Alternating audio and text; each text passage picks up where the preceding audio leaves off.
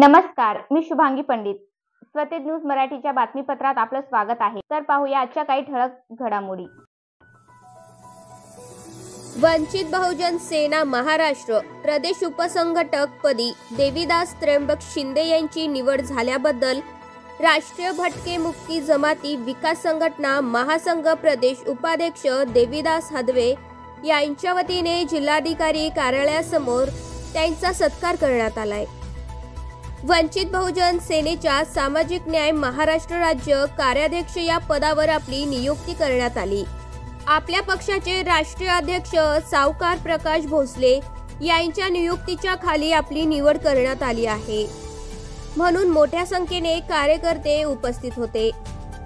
मारुती चिंतले, साहेबराव चव्हाण, चंदर भोसले, छत्रपती भोसले, चांदू भोसले, मंजू भोसले, गजानन पंडिलवाड, राजू भांडे, बालाजी चव्हाण, गणेश धुर्वे, विश्वनाथ शिंदे, राम चव्हाण, कविता भोसले, सुदाम भोसले व सर्व समाज बांधव मोठ्या संख्येने उपस्थित होते.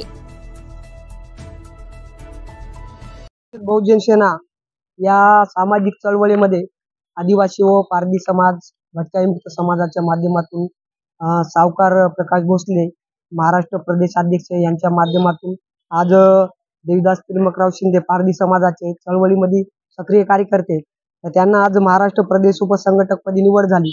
यामध्ये त्यांचे भटक्यामुक्तातून आदिवासी लोकांना या चळवळीमध्ये लोक आहेत त्यांना सहकार्य करणे, पुन्हा त्यांच्या सुखदुःखात सहभागी होऊन त्यांच्यासाठी मार्गदर्शन करण्यासाठी नांदेड जिल्ह्यामधून त्यांची निवड झालेली आहे.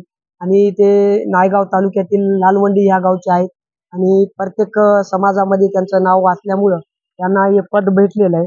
तर त्यांना या पदासाठी आमच्या राष्ट्रीय भटक्यामुक्त जमाती महासंघातर्फे त्यांचे आम्ही अभिनंदन करतो आणि त्यांना पुढील कार्यासाठी शुभेच्छा देतो. तर वंचित बहुजन आघाडीचे सेनाचे प्रदेश संघटक, तर आपण याच्यामध्ये तुम्हाला हे पद भेटले, याच्याबद्दल तुम्ही समाजाविषयी काय सांगा?